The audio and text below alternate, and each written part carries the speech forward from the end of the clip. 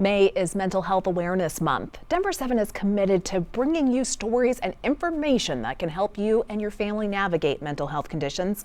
And part of that is reducing the stigma of mental illness and supporting those affected by it.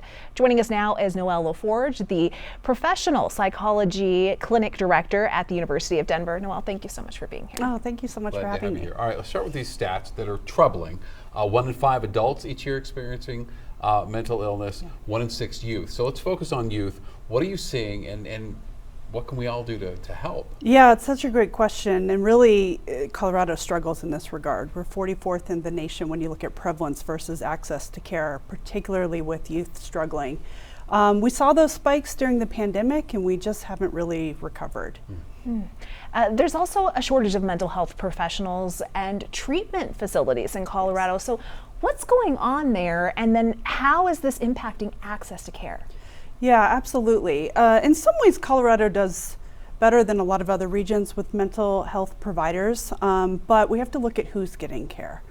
And if you are willing to pay out of pocket and you can afford that, you probably can find someone who delivers that.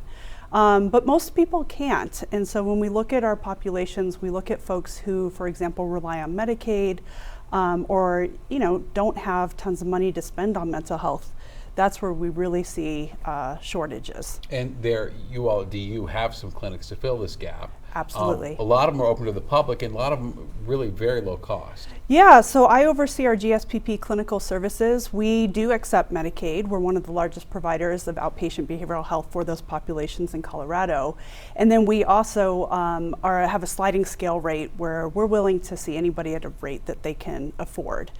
We offer specialty services in addition to your typical adult, individual, or group therapy. We serve children, families.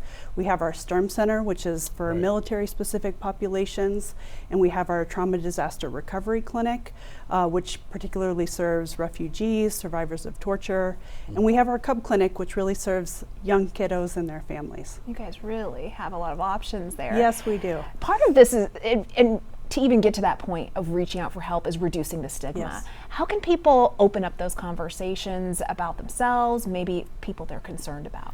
That's such a great question. I think that one is being motivated. The sooner that you get help, the better it is to really have the outcomes that you're looking for. So it is a big hurdle to overcome to make that first call to look for those services. But I hope folks know that we're waiting on the other side. We're not there to judge, we're there to help. That's right. All right, Noelle LaForge, thanks so much for this and for what you're doing there at DEO. Thank you so much. Thank you.